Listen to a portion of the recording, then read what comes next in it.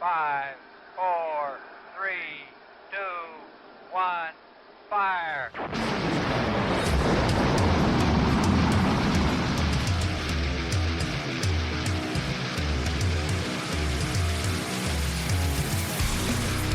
Hello, hello, hello, and welcome back to the Indie Wrestling Experience, where we discuss all things related to the Indie Wrestling Experience. I am your host, Bob, and I am back with John. What's up, man? Hey, bro, what's going on? Hey, everybody. You know, WrestleMania. Was a good weekend, man. It was a good weekend, man. And you know, this is an indie wrestling podcast, but like we said last week, everybody was in WrestleMania for Mania week anyway, right? So it's kind of the Exactly. news of the business. What'd you think of It's our state of the union, man. that's right. Exactly right. What'd you think of night one? So you want to talk about night two, you said. No, I did not. I did not. I, Uh, I think night one, I mean, there were some matches. There were some winners, there were some losers. We got through it. yeah, I I was mean, night one, man, I don't know what it was, man. It felt like a slog to get through night one. It it yeah, it was so disjointed, man. It really was. 100%. 100%. And that I think you know, we were talking about that on the bonus episode. For any of you who haven't listened to Lauren on the show, while we watched Cody and Cena, man, she was a Yeah. trip, wasn't Hey, do yourself a favor, everybody. Go listen to this kid because she has got some takes. she? Woo! When she said she was pro kids crying, I almost fell out. Hey, man, I fell in love. I was like, man, that's a kid after my own heart. Her dad must have raised her right. Oh God, no, you don't. No, no, no, absolutely not. Don't give me any credit for that shit. It must be a total accident. Oh my God. But but Whew. but Lauren and I were talking about how the differences between day one and day two, and the thing she mentioned was Right. how the match times. Like it was a slog because the matches were like Absolutely. 9 minutes, and then you have this long break, and then a 3 minute match, and then it wasn't well It, paced. it, it was very ad heavy. And it wasn't, they weren't even vignettes and things that were lending themselves to the matches. It felt like I was watching infomercials, man. It Hmm. really did. It was just took me out of it. It just took me out, man. Yeah. What did you think of the way the main event played out with Rollins and Heyman? I think you and I called that one a week or so ago. Um, Played out kind of like I thought it would. They did a good job. I mean, the match, it was a good match. It was paced well. I mean, God, you can't go wrong with those three guys. Roman Reigns' shiny grill notwithstanding, it was a great match. Those are some bright white teeth. Ooh, he got some twofers. Oh my God. Yeah, I don't know. Did you see Raw last night, or have you seen it yet? I did watch Raw last night. Not all of it, but I went up through what was the last thing before I nodded off and woke up to whatever else was playing. I made it through Io Sky and Stephanie Vaquer. Oh So yeah. yeah, Yeah. I got to see the Cena come out and talk, and yeah, so it was a pretty good one. I didn't hate it. It was Yeah. a nice I got a nice surprise. I had a guy I've been looking for a while show back up. I Rusev like that. Day. Rusev He is is looking massive. I mean, oh my God, when he hit Otis with that clothesline, it just, oh God. yeah. Yeah, well, the thing I was referring to though is it doesn't seem like you made it that far. I don't know if you saw it today, but the ending segment of Raw was Seth Rollins with Paul Heyman Okay. doing a promo. CM Punk comes out, they fight. Roman Reigns comes out, they fight, and then Braun Breaker comes in, destroys CM Punk, and has joined with Seth Rollins and Paul Heyman. Hmm. Me likey. Hmm. And I know you and I had kind of texted back and forth. I said this frees Braun up for some bigger things, and losing to Dirty Dom. Hmm. Um, hey man, I like it. I mean, Braun as an enforcer. Oh, come Yeah. on now. Oh yeah. And then I, he'll I end up and, he'll and end up put it. turning on Seth, and then Oh, absolutely, that match will be absolutely, incredible. he will, and it will. I mean, and we know what Heyman does for guys, and dude, Braun's getting ready to hit another stratosphere, man. No doubt. No doubt. Not like they didn't already have the rocket strapped to him, but good God, man. Exactly. It feels Yep. almost like they had Yep. Gunther's rocket now strapped to Braun, honestly. I agree. It's going to be a fun ride, man. Yeah. How about that He ladder he match at he is an NXT? absolute star, Oh, sorry. dude. Yeah, I No, know. We you talked about this over oh the weekend, right? you, oh, so good, so good. That like I said, I that may have stole the weekend for me. That That was that a show great or that match. show that match was amazing. Those ladies can flat out go. Yep. I mean, they're that whew. And Sol Ruka, dude, I'm in. I wouldn't say I've been on the fence with her, but dude, that Soul Snatcher is the nastiest thing I've seen in a It's a long great. time. Yep. And oh, dude, and she is so smooth with it. I'm in. I'm ready for this run. She's your next big one coming up. Once this kind of top class kind of starts coming into the main roster, Sol Ruka is going to be at the top of that next heat. Yeah. Agreed. Agreed. So let's see. So what about night two of WrestleMania? Was obviously much better. What stood out to you? Night two. I think I'm in the minority on this, but I dug the main event. I'm ashamed to say I dug the main event. Um, just for just for Cena to stick it to people. Um, you know, and listen, we suspend disbelief. We know what these guys think behind the scenes, and everybody's happy for Cena and he's getting his final run. And listen, we all love John, and for him to be able to kind of to go with this heel shtick, right, and be willing to do that on his way out the door, dude, I'm in. I'm in. I really am. And you know what? Cody made him look believable. Um, were there better matches? Yeah, absolutely. But just nostalgia wise, the mark in me was down for the match. I mean, Cody, like I said, dude, I got a lot more respect for Cody after this match. This is the first Cody match I've really watched intently in a long time. Um, dude, he's a pro. I mean, he's an absolute pro. And Cena's earned this chance, the rights to do this, man. It's like I said, I was the mark. They got me. They got me. Yeah, absolutely. And the only other thing I will say about not well, the one thing I saw a meme um, that was basically like IWC. That was the worst WrestleMania main event of all time. John Cena.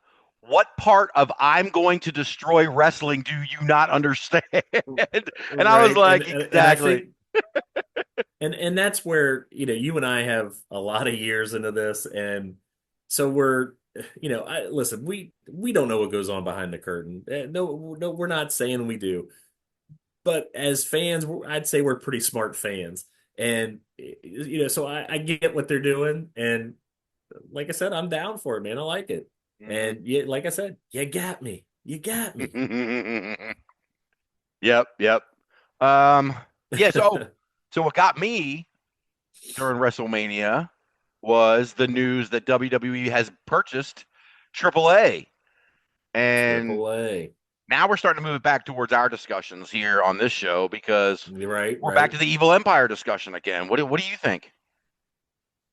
Um, like I said, I think you and I off pod here, texted back and forth. I kind of came across that I didn't know, and I don't know if you had seen about AEW and CMLL kind of, I guess, coming together for Worlds Collide or whatever Hmm.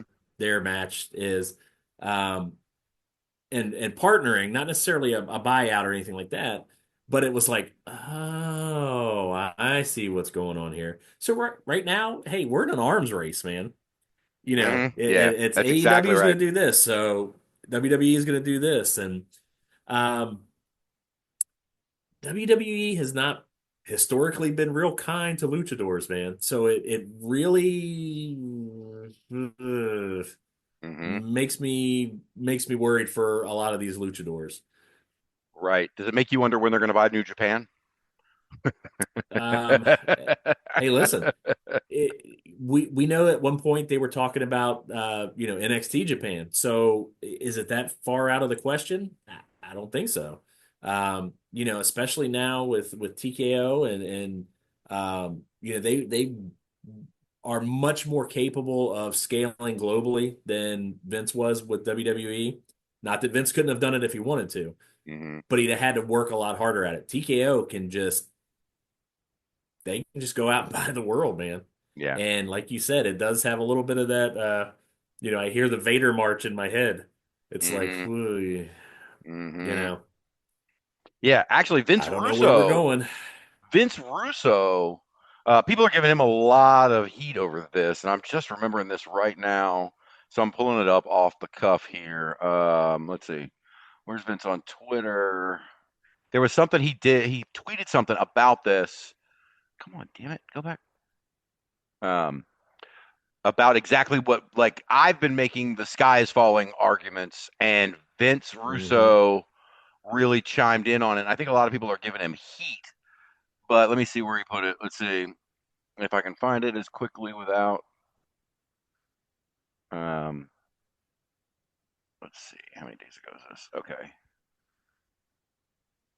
Blah, blah, blah, blah, blah. Oh, okay. That this is very close to it. He says he's sticking up for the march. Oh, here it is. I am seriously considering, this is Vince Russo. I am seriously considering pulling the plug on not watching wrestling any longer before the date I set, 1/24/26. From Friday through tonight, I have endured 14 hours of WWE. Sorry, man, that's just absolutely insane. Nothing is worth those kind of hours.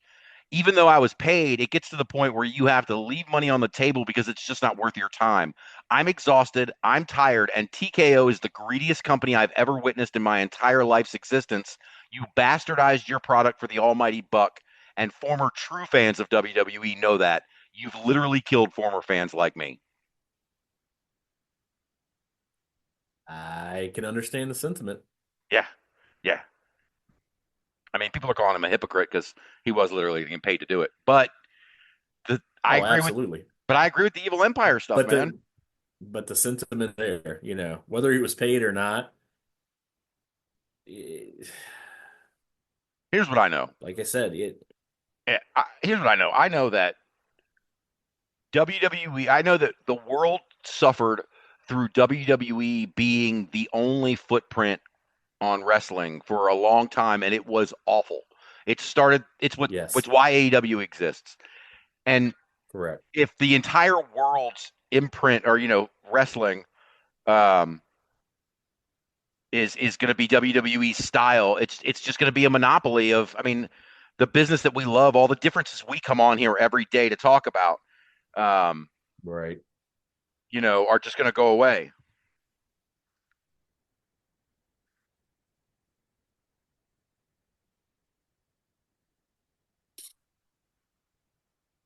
But yeah, I am not. I am not interested in the.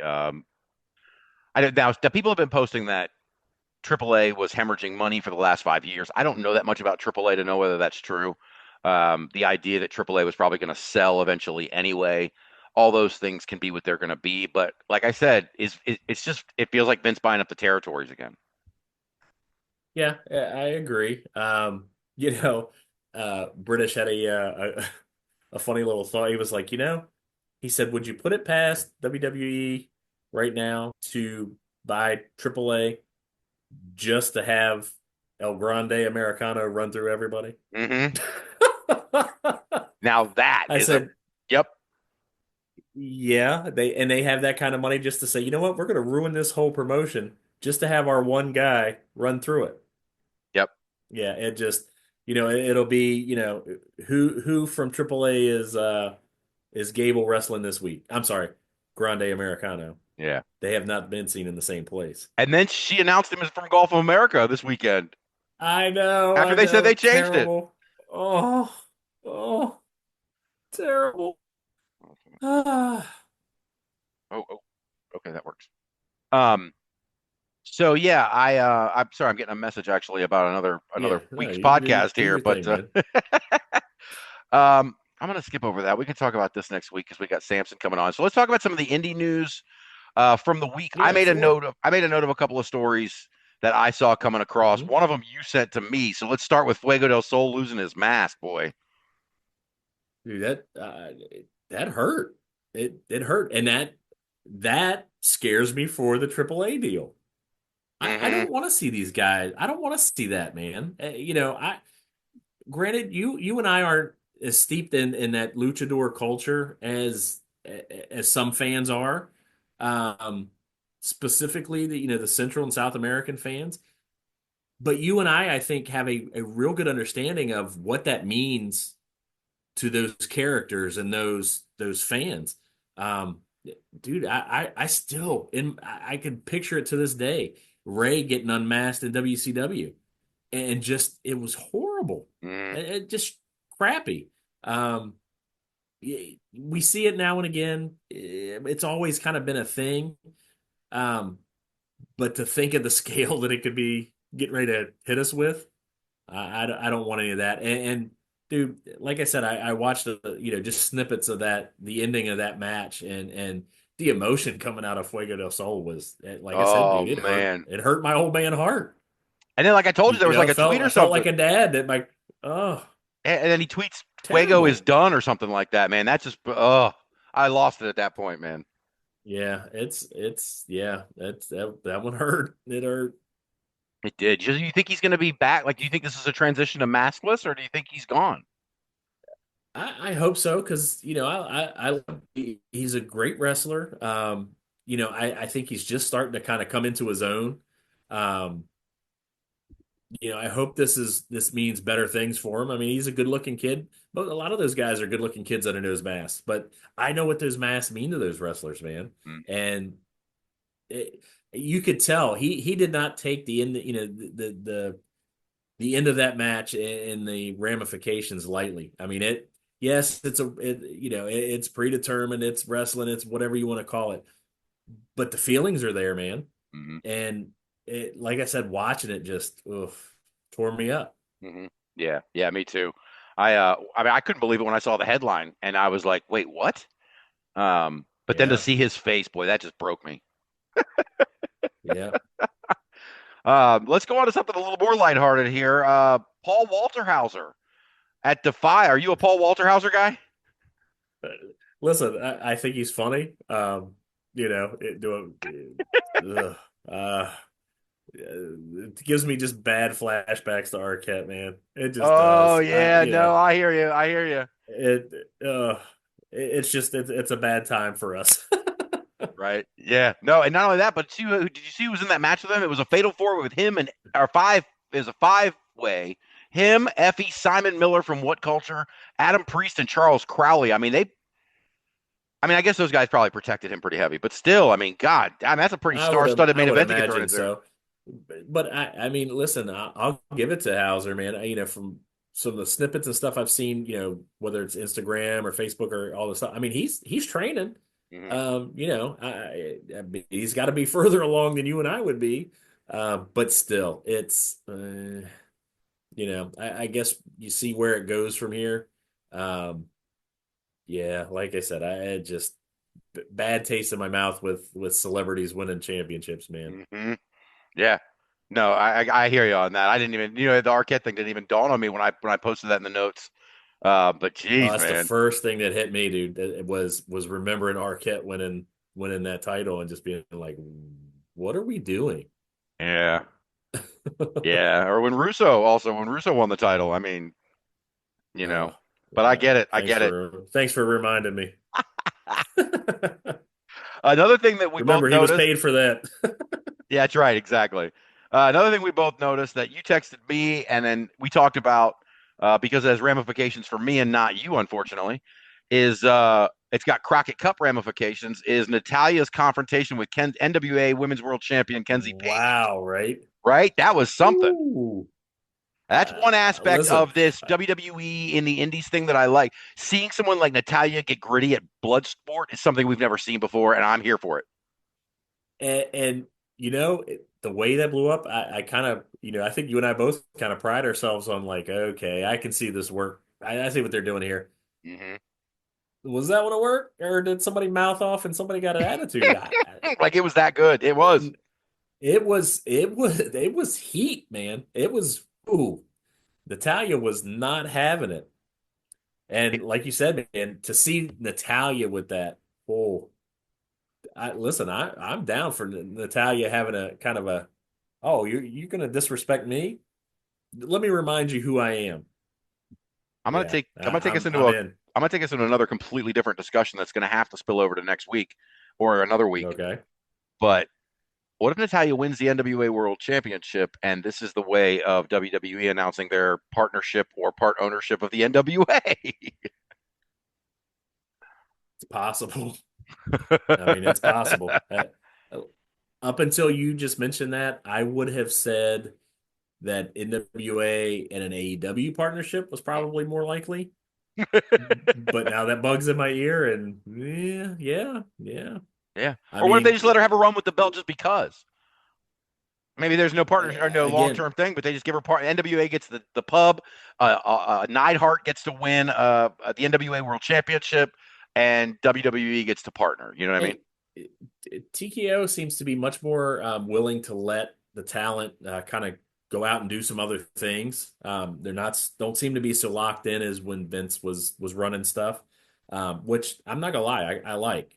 Not everything has to be a partnership or a buyout, or you can do some of these just one-offs and like short runs and things like that. It can be great, man. Hmm.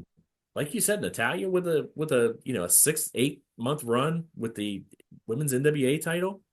How awesome would that be? And Yeah, then if she comes back, she comes back to NXT, she comes back to SmackDown, Raw, whatever.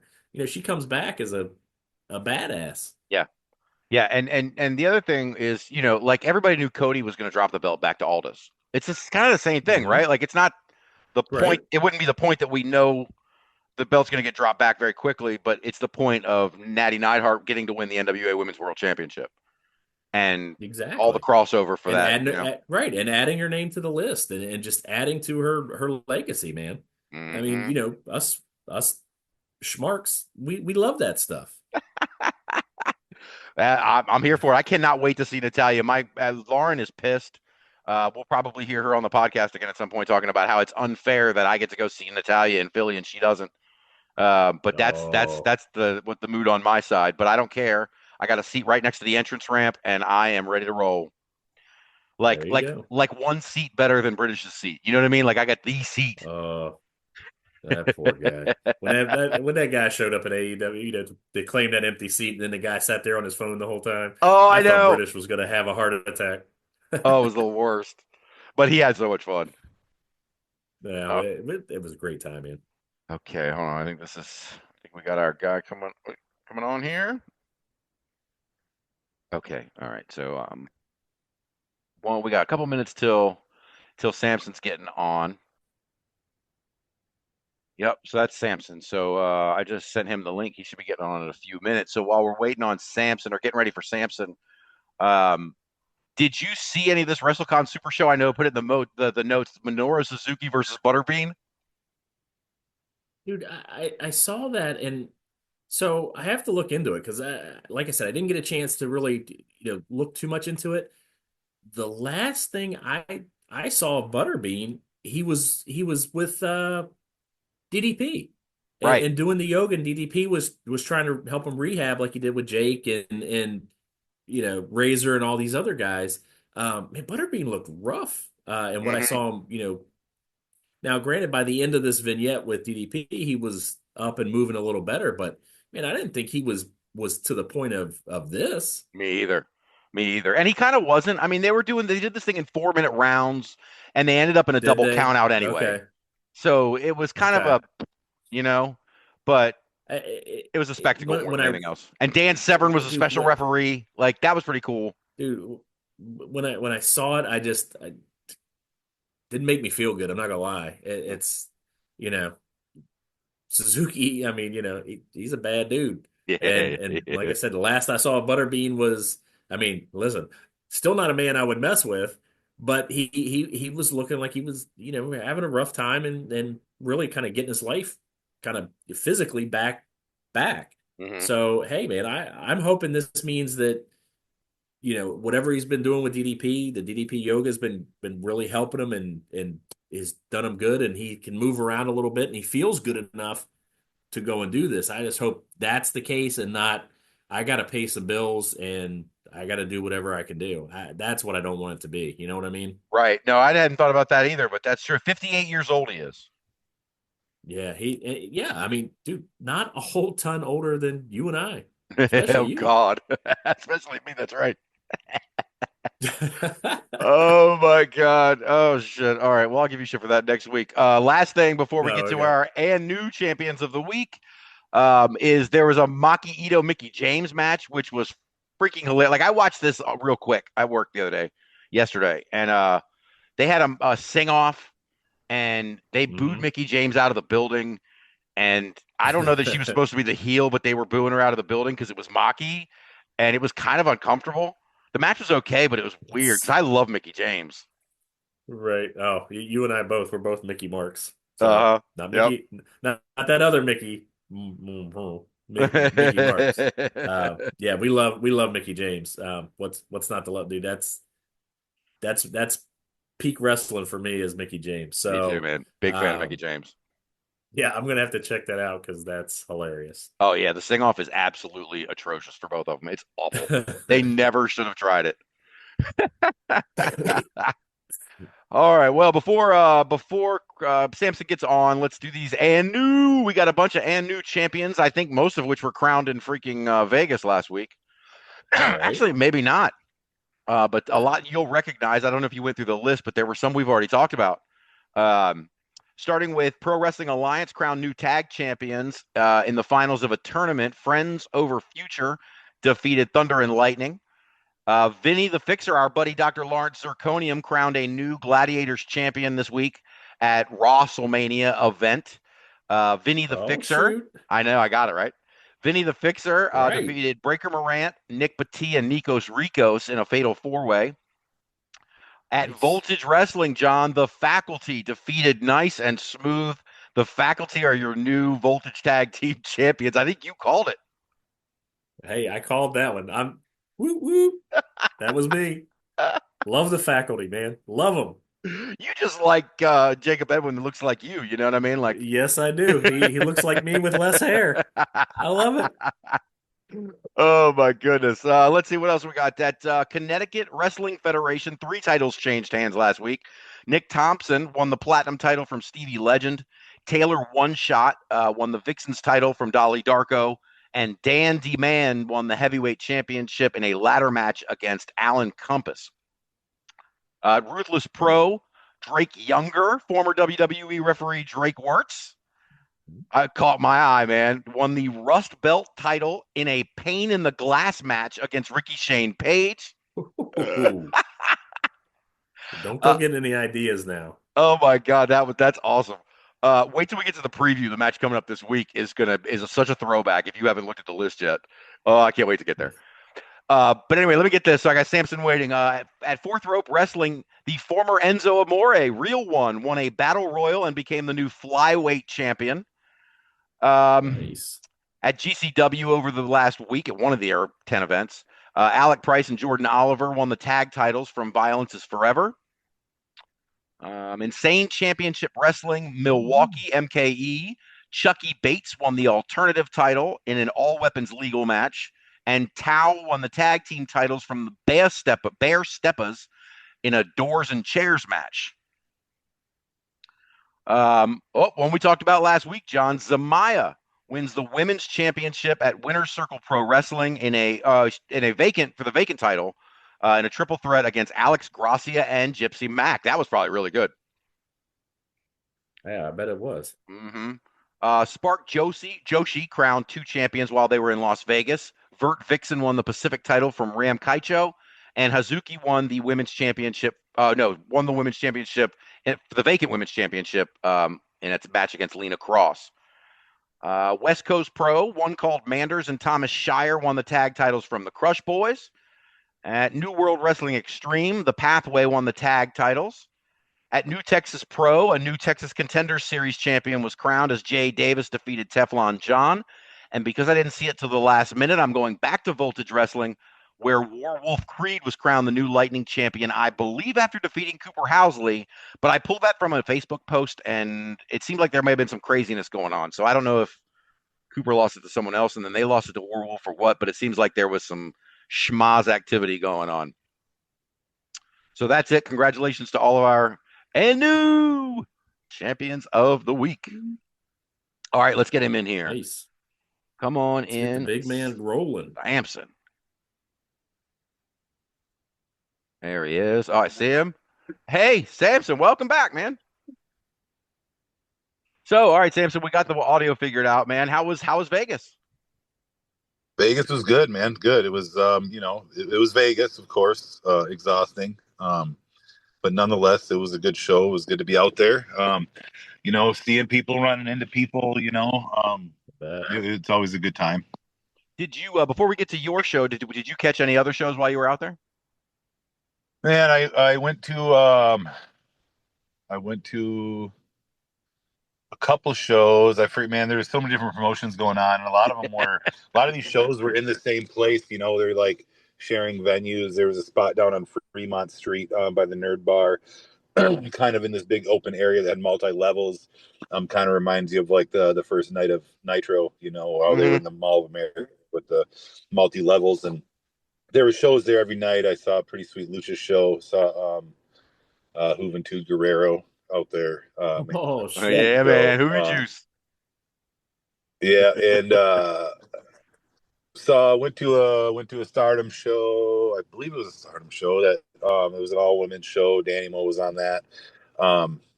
Watched that show. It was awesome. Those girls can all work on that stuff. Man, they were like they're phenomenal. Really other than that, didn't really watch part of a Knox Pro show from outside the fence. Got yelled at. Other than that, no, we had our show, our UPW show.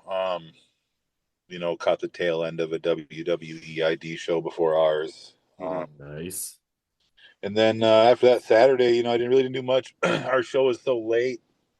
I mean, it was a midnight start time in Vegas, which was like a 3 a.m. start time for me, where I'm from.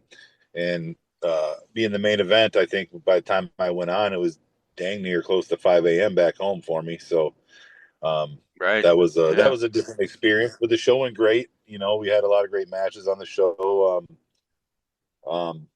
The crowd was into it. The crowd was into everything. And I think me and Super Beast had a pretty decent match. A good banger, big man match. I bet. Did I see you won by DQ? Yeah, I did. I hit him with the choke slam. And then this bald-headed idiot Judge Jesse that's been following me around and interfering in all my stuff since last Market Mania pulled the ref out. And when me and Jesse were arguing, another bald-headed idiot, Tully Bertarelli from the Chicago area, came in and hit me with a chair. So, my guess is he's been hired by the benefactor, Judge Jesse, to another guy to try to take me out and take what I've worked hard for, my UPW heavyweight title. So relentless. Yeah. So after the chair shot, I went down. Super Beast ended up hitting Judge Jesse with a pretty big move. Tully, he ran out of the ring because that's what he does. And I got up and match was over, DQ. But I was right there. I was about to go for it. I mean, I almost put him through the ring with the choke slam. So, man, yeah. Is that are they going to break this up into episodes like usual? Yeah. Yeah, I believe so. They did Nice. like a fan poll on the UPW page to see, what match fans wanted to see first from it, and my match was voted the top one, so that should be the first one that comes out is me and Super Beast, and then I think Nice. Yeah, I want to see that. would probably be Danny Moe and Maserati after that. Yeah, you were telling us before we started hitting record that was one of your favorite matches of the night.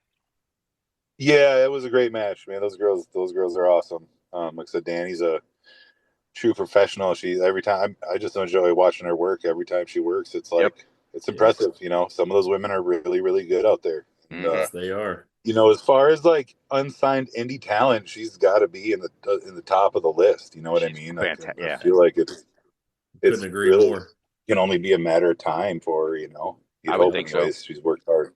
Yeah. Yeah, yeah, and Facade too, right? I mean, Facade's fantastic, and they're both Oh, professionals. he's up there. Yeah, Absolutely. yeah. Facade and Cal Hero put on a great match. That was as to be expected too. I don't know if you guys are familiar with Cal, but he's out of the Midwest here. He performs for OVW primarily now. Mhm.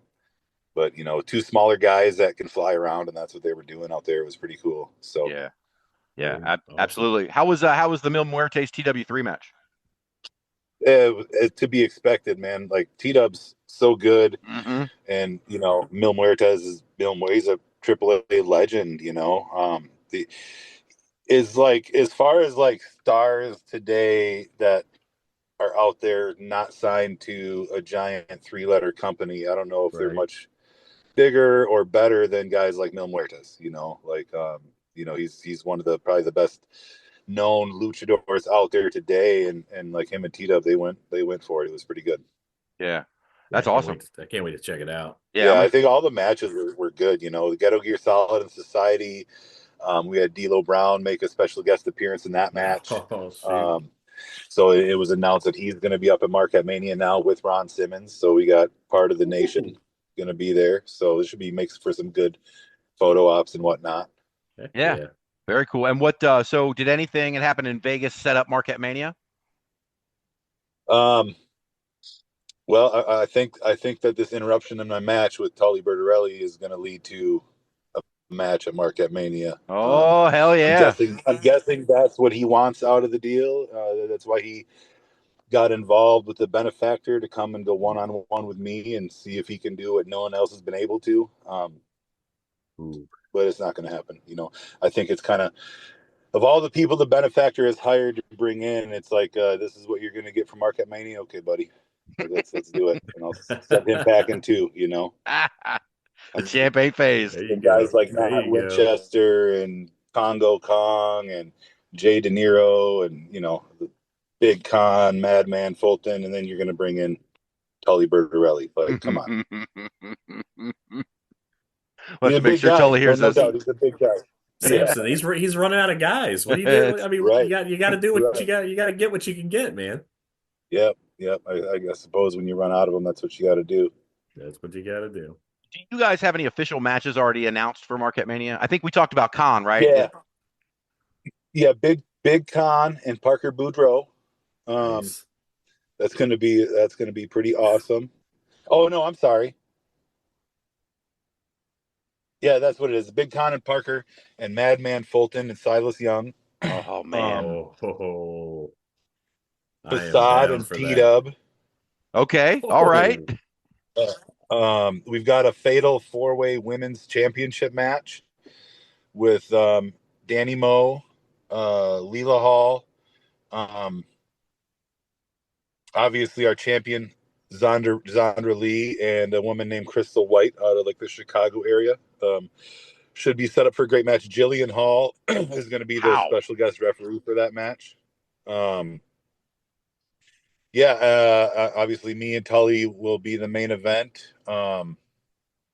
Ghetto Gear Solid and the Society are going to have another chapter in their story with D'Lo Brown. So he'll be there, be in some action. God, I got to think about the poster.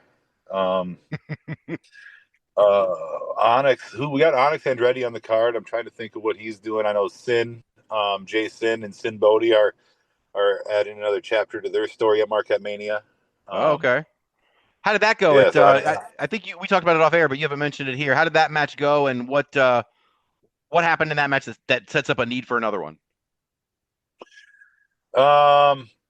That's a good question. That match was later on. That match was later on in the card, so I was getting ready. I was getting ready for my match. I didn't quite, they had the gorilla position. They had a screen there, so there was like a couple matches at the end that I missed. Mhm. And then I was able to, I'm right in gorilla before my match, so I was able to catch the facade and the Cal Hero match. But I'm trying to remember how that Sin Bodhi Jason match went. I think there was some sort of screwed up finish if I remember correctly, Okay. which is what's going to lead to this third match here in Marquette Mania. Right. Okay. Fair enough. Blow it off. But that's a good question. You guys stumped me. Sorry about that. That's all good, man. 'Cause I haven't been able to watch the footage back either to see any of the stuff that I missed. Mm-hmm. No, absolutely. And we're gonna watch an episode here with those guys. We're gonna watch Marquette, the UPW Uprising from not last Saturday, but the Saturday before, with the tag match involving Jason and Sin Bodhi here in a few minutes. But before we do that, I wanted to. You mentioned to me off air that they're about the history of Marquette Mania and how you kind of wanted to tell people about that. Give us a background on Marquette Mania or what. Okay, so Marquette Mania was kind of like when I started working for UPW and they were doing shows in the Upper Peninsula of Michigan. I kind of pitched this idea to bring a show to Marquette, which is the biggest city in the Upper Peninsula, so it just makes sense. And one of my pitches was the building that we run, Lakeview Arena. It's like a pretty legendary old school hockey arena. Like if you guys have ever seen the movie Slapshot, the Hanson brothers with the glasses, they played for the Iron Rangers in Marquette. The Marquette Iron Rangers were like a legendary semi-pro, maybe whatever level professional it was back then that wasn't the NHL. So there's been a lot of like hockey history in that arena. Now going to the 1980s, it was on the extended loop for the AWA, and it was part of the NWA cool. when they were running out of Chicago. It was part of their loop also. So there has been matches in there. Like Hulk Hogan and Dr. D. David Schultz main eventing. Bruiser Brody's wrestled there. Vern Gagne's defended his title against Mad Dog Vachon. Ric Flair has main evented against Nikolai Volkov, and the next year he main evented against Nikita Koloff. All in this building. So there's been a lot of good wrestling history that's gone on there. In fact, you can Google stuff like AWA matches from Lakeview Arena, and it'll pull up some of the old AWA episodes where they would have a couple matches on there, and you could tell every match was in a different venue. It's similar to how we do our Uprising stuff. We just take a live show and cut the matches up.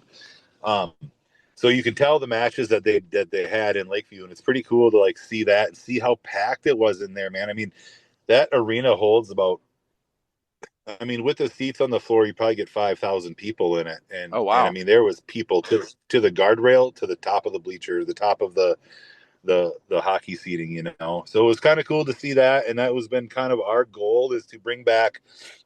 Now there's been other wrestling there, but not anything more than just your regular run of the mill indie show. So we kind of decided to make that our spot for our super show. And bring some names back. And, there was some kickback from the group. Some people thought, Marquette wasn't a wrestling town. We would never draw there, blah, blah, blah. But, our first year we had the Steiner brothers on the show. We had Tatanka on the show. We had Madman Fulton, Silas Young. And we drew about just under 900 people.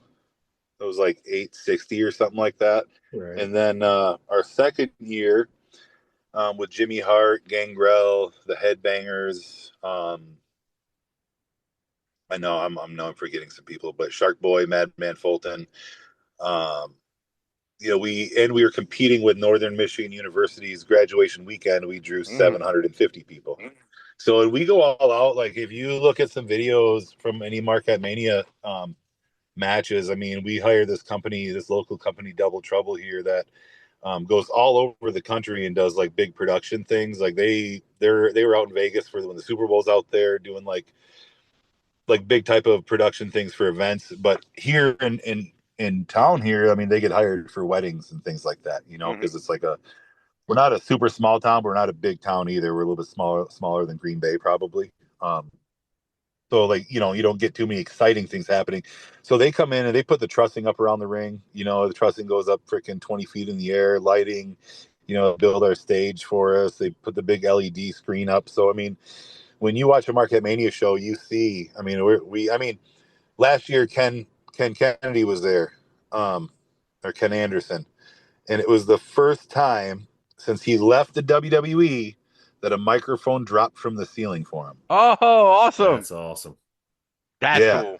Yeah, and it was the Headbangers said it was the best produced show they have been on since they left the WWE. Very cool. I So love like that. That's cool. we try to do a big job and make like people are starting to joke like call it the UPW experience, you know. We try to make it more than just a show for the fans when they come in and spend their money, and you know, we do the big setup, we do the pyros, we do the small, you know, all the fun stuff, you know. Right. Yeah, I'm gonna go check one of those out on it's on the YouTube channel, right? Dude. Yep. There's all kinds of my match with Madman Fulton would be on there. Yeah, I would just type in Marquette Mania. I'm sure all kinds of them will pop up from the first 2 years. Yeah, no Yeah, doubt. Sampson, you're making me hate the fact that I've got pre-existing plans for the 17th. Oh, You're making me hate my life right now. well, we plan on, you know, we're going to keep it running. So hopefully there'll be, you know, next year will be another opportunity. Next Yeah, we year will be an absolutely have to get up there. Now, listen, Samson, I'm not as upset that I can't be there on the 17th, and the reason that I'm not upset is because I have Crockett Cup tickets. So, oh, you know, yeah, right. I'm going to the ECW arena, so I'll live. This guy. He's just pissed at me. Yeah, that's cool. You get that's a very historic arena for sure. So yeah, no, it absolutely is. Before we hit play and we watch this episode of UPW Uprising, I just had one other thing to mention. I think I saw recently you defended the UPW championship in another promotion. yeah, Slam and Championship Wrestling down in Milwaukee. Wrestled Eric Surge out of OVW. Big guy, another big guy who seemed to have a lot of big guy matches, but we went at it for about 20 minutes. In the end, caught him with the choke slam, and 1, 2, 3, took my belt back with me. You know, seems to be the theme. I've seen that choke slam, man. I've seen it. I've seen you double up that choke slam. Oh yeah. You know, it's people impressive. keep gunning for it. People keep gunning for the belt. You know, it's like it's cool that it get asked to bring it to other promotions, and yeah, it's awesome. You know, it builds a little prestige around it, if you will. You know, when people ask you to do that kind of stuff. So agreed. I think that's why I caught my man. eye. It's like you're transitioning into an attraction, man. It's yeah, I'm trying, man. I'm trying. Dude, that's awesome, man. That's before great. the wheels fall off. That's my goal, man. Well, look, man, you got to have that belt for at least another, like, what do we say, 730 days or something like that to break the record. So you got lots of time to fill. Yeah, well, you know, if I don't break the record days wise, I'm definitely gonna have the most defenses. So yeah, that's bad. You said he was a COVID area champion, quality. right? Yep, and the most quality defenses. Yeah, that belt was sitting on a shelf for 1.5 years. So yeah. And I think he won it, and I think he defended it once, and then the next time he went to defend it, he lost it. So total 3 matches. I'd say you've dusted it off, Sampson. You're doing it a service there, man. Yeah, had some nice defenses, some good names, and got to take it outside of the promotion. So can't complain. Cool. Yeah, I loved when I saw it. I was like, yeah, I got to ask him about this. This is great. So yep. Well, let's see. So we talked about this before. We're going to watch an episode of UPW Uprising. For anybody who listens weekly to the podcast, we normally do a YouTube recommendation of the week. We skipped over that because we're going to watch along this episode with Sampson. Sampson, what I'm going to do is I'm going to hit share on my screen so you can just see it, but there won't be any sound. And then that way you can just, we can talk, just whatever comes to mind. If it tells stories or whatever you see that comes up, and we'll go from there. Yeah, sounds good. All right, guys, I'm sharing my screen, making it full screen. And anybody who might be watching along with us, it's UPW Uprising, Season 3, Episode 15. And when everybody is ready, we will hit play in 3, 2, 1, play. So while this intro is on, Sampson, the first thing I wanted to kind of segue from the other conversation you were having about Marquette Mania, are those folks involved in any of this TV production? Yeah, absolutely. Yep. Our producer Steve, he does a lot of, I mean, all of this stuff. This is his handiwork. Steve Van Beckham. He puts together our film crew. He runs that stuff. He runs the setup. He runs all of the production, basically every aspect of it. So it's a lot of work, but he gets it done, man. It's impressive. Mm-hmm. Yeah, no, that's one thing John and I were talking about. We watched a couple of episodes 2 weeks ago as our YouTube recommendation, and but we were trying to get you on, and we ran out of time. But the thing John and I were commenting on then was the production value is just like, I mean, we also got to juxtapose it too because you sent us the uncut video before, and then we got to see the produced version, and it was like night and day, man. I think the production here is fantastic. Oh, Yeah, thank you. Yeah, I know Steve works really hard. There's Weaver right there. He helps Steve with some of that stuff. He's our host. Another great guy, fun to work with. He's a worker in the past. Now he sticks to the commentating side of things and the hosting side of things. Is he on commentary? But we for got a this good as well? team. I think the commentary team for this show was Weaver and the Dev, the Prince of Hardcore. He's suffered an injury that he broke his ankle, so he's been out of action for a while. So they've had him on the commentary for a little bit. He does pretty good with it. He's a funny kid. Yeah. That's awesome. I'm trying to turn it up a little bit because I think you guys can't hear it through my thing. I just wanted to hear if he was saying anything special, but I guess he's probably just setting up this match that we're going to see. I kind of previewed it. I didn't watch it. John, did you watch it at all beforehand? Nope. I wanted to go in fresh, man. Yeah. All I did was confirm. It looks like it's just the one match, the Jay Sin and Sin Bodhi match. Yeah. And that's from, forgive me, Sampson. Was it tribute to the or salute to the armed forces? Yeah, that was it's a tag match. So this is going to be Jason and Sin Bodhi tag teaming against Onyx Andretti and Tully Bertorelli. So Tully, you'll get to see the guy that came and smoked me with the chair in a tag match there. And then that was supposed to be the tag match with the Players Club out in Vegas, but Onyx couldn't make it. So they had to fill in with a guy named John Washington, who's from Virginia. He came out with Jason. I saw John Washington, I think, down in Virginia and Richmond at one point. Yeah, I've actually wrestled down there as well. I've wrestled at the brew shows at the bar there for. Oh yeah. What's his name? Jason's tag partner, Wes. Right. Yep. Yeah. I haven't been down to a brew show. I see them all the time, but it's one of those ones that I haven't gotten a chance to get to yet. How are those shows? Like, how's the It was vibe? fun, man. It was good. Yeah. It was good. Good crowd, good guys, a good locker room. You know what I mean? It was that was my first like out of state show, I believe.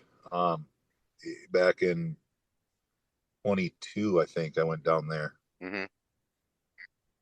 Yeah, I'm trying to think of this Next Generation Tennessee, I think, was the ones, and they were throwing a show in Richmond.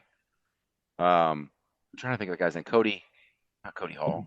Cody, it'll come to me. Anyway, but I saw him and he had a mystery opponent. It was a whole deal. Like, he's got some charisma, that John Washington, man. Like, he gets a crowd going if he's on. Yeah.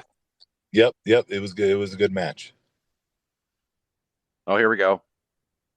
There's I like the pyro you guys got.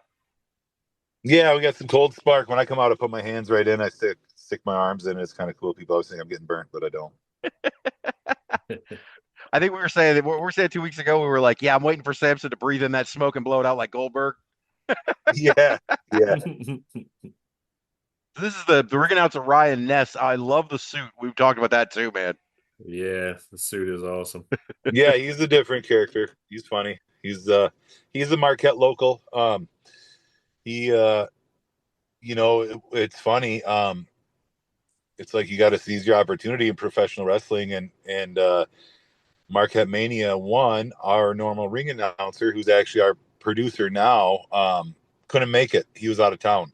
And we got a local guy, who had always wanted to do it. You know, he's involved in theater, and so he's got the chops for it. And yeah, he's done a great job with it, and he's been our ring announcer ever since. That's awesome. Cool. Love it. As we watch Onyx Andretti and Tully Bertarelli hit the ring, I wanted to tell you that when we watched, you had told us to look out for Nerd Rage Melvin Hayes, and boy was he a show, man. We watched last episode. He is a trip. He is so good. Him and Danny Duggan, man. Like, Danny's great. Danny's probably my favorite indie gimmick. And his gimmick, he's from Canada. He does that gimmick in Canada. And I love that. So he came out here, you know, at the Salute the Troops. He's red, white, and blue, and like people are starting to cheer him. So he had to get on the mic, and he turned him quick, you know. But he does that in Canada, and he comes out to the Lee Greenwood song. Oh, I know which one you're talking about. Proud to be an American. Yes, and he's got his own video cut to it with like pictures of Trump and the Lex Express and bald eagles flying, and like it just, man, people come just absolutely unglued. Like, I worked Danny that following Thursday that him and Melvin worked, and it was a lot of fun, man. I was up in Canada for that. Danny's he's a top pro, man. He's a great heel, and him and Melvin, man, they went to work. That was a good match. Yeah. To me, it was we like, loved it. Yeah, no, I was like, it's like the modern version of a little bit Rougeau Brothers and a little bit Lance Storm WCW. And you put them together into this modern version with Danny's sort of sense of humor, and it hits. Yep. It just lands. You said it perfectly about the sense of humor. At one point, Danny is yelling at the ref to, you know, Melvin. He said, he's hurting me. Yeah. I could have died, man. Yeah, it's some great heel work, man. It's so fun. Good. It was a blast to work with him for all of those same reasons. It's like, you almost like, it's hard not to pop yourself out there when you're working with somebody who like has funny shit like that. You have to like sit there and try to look serious, and you're just dying on the inside trying not to laugh. Oh, I believe it, man. Yeah, I don't think I could have done it. I would have lost it. Yeah. Oh my gosh. And back to Melvin Hayes. I mean, God, he does this instead of hulking up, he does this Nerd Rage, and then he does the boot with the leg drop. I mean, like, I'm dying. Yeah. I'm just dying. And the Baron von Raschke claw. Yes, the claw at the end. Yeah, and he pins him with the claw. It's so good. It's like so throwback and like the right ways. Yes, yep, that's Melvin's character too. It's awesome. Someday we're gonna have one. That's one person I'm really looking forward to getting in there with, and lacing them up and going to work. Mm-hmm. I like stiff work, you know. I like snug work. Right. I feel like that's what really brings emotion out, and I feel like believability, it's important, you know. And I just know Melvin and myself both work that way, and I think it would be a heck of a match. Yeah, I would love to watch that, man. I would love to be able to get out there when that eventually happens, because that's what I'd like to see. And he's a big dude. I mean, he's 6'4", 280. You know, he's not a small boy. So that would be a banger, as they say. Yeah. And then at the end of that match, I guess Avalon came out and then turned on him with the Hall of Fame announcement or whatever. And ever since Melvin, Nerd Rage Melvin Hayes has been a character, his best friend's been Joey. And that's like, he's always talking about him in promos and inviting him over to his mom's for sleepovers. I love it. So for Joey to come out and do the Hall of Fame announcement and then kick him, you know, I think is that what we're doing at Market Mania? It would make sense, right? I hope so. I'm not 100% sure, but I think that's what we're doing at Market Mania for that also. Yeah. Yeah, because I'm a big fan of Joey's as well, man. I've seen Joey a few times around, you know, going to Wisconsin, and I'm a big fan of Joey's work. Yeah, he's really good, man. He's another one of those guys that you're kind of like, why isn't he signed anywhere? You know, he's very talented and been doing it a really long time, and he's got his own unique style of working, you know. And I enjoy the heck out of all of his matches. I have actually learned quite a bit just from watching him. Really? Yeah. Oh, here goes Simbody throwing over the top rope. He's got this whole. Oh, the mask is finally off. Okay, good. Yeah.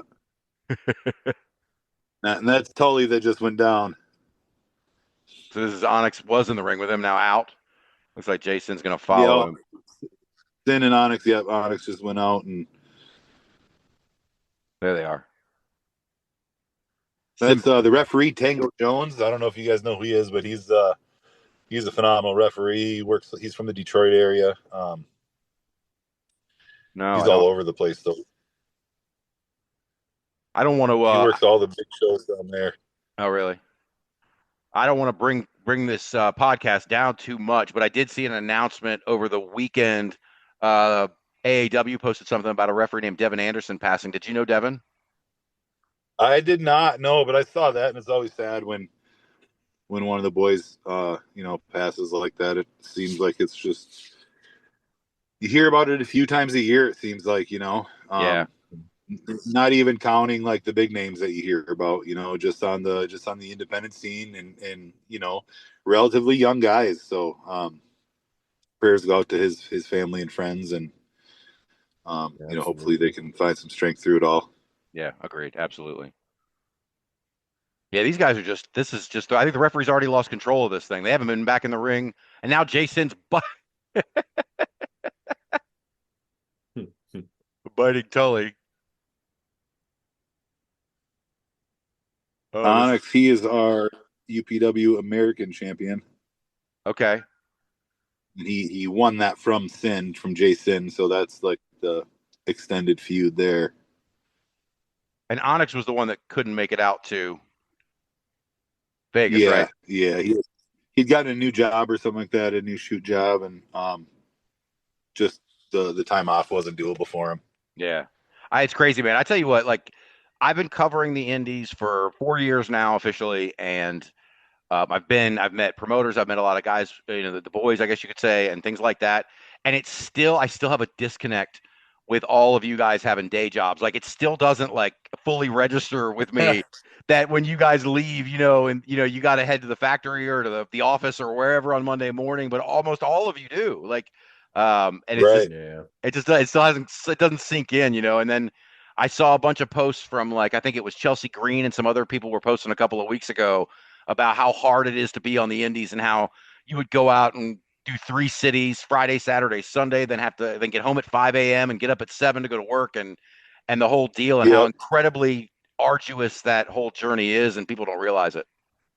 The Yeah, and dedication to it. and that's even like when you're in decent driving distance to cities to get the work. I live in Marquette, Michigan, which if any of your viewers look on a map, that's pretty much dead center of the Upper Peninsula, right on the south shores of Lake Superior. So, it's 2.5 hours for me to get to the Mackinac Bridge to get to the Lower Peninsula, where then I'm still 4 hours from Detroit, Right. where the bulk of the work happens in Michigan, right? I mean, you get a little bit on the west side, a little bit on the Kalamazoo, Grand Rapids area, but I mean, in Detroit, Thursday, Friday, Saturday night, there's shows every week, Mm-hmm.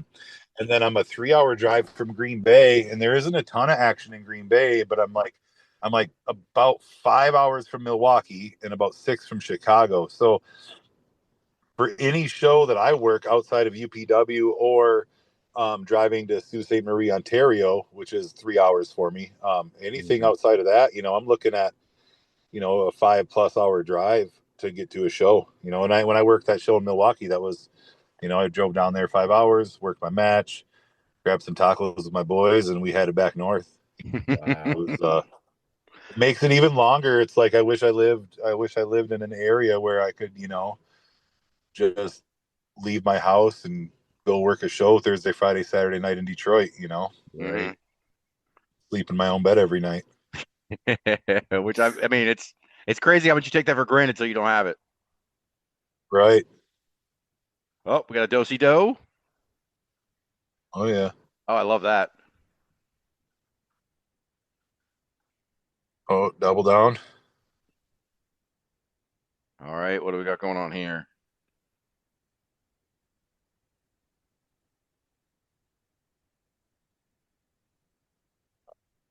Working together. Sin and Jason, double shoulders. I was going to ask you. You were talking about Detroit, and I've just started to get familiar with a few of the promotions over there, XICW or CIW, and a few of those guys. Have you worked? What Yeah, kind of promotions have you worked over there? I've worked Superior Championship Wrestling. I've worked For Us Wrestling. I've worked All Star Wrestling, All Star Wrestling of Detroit. Um, and let me think.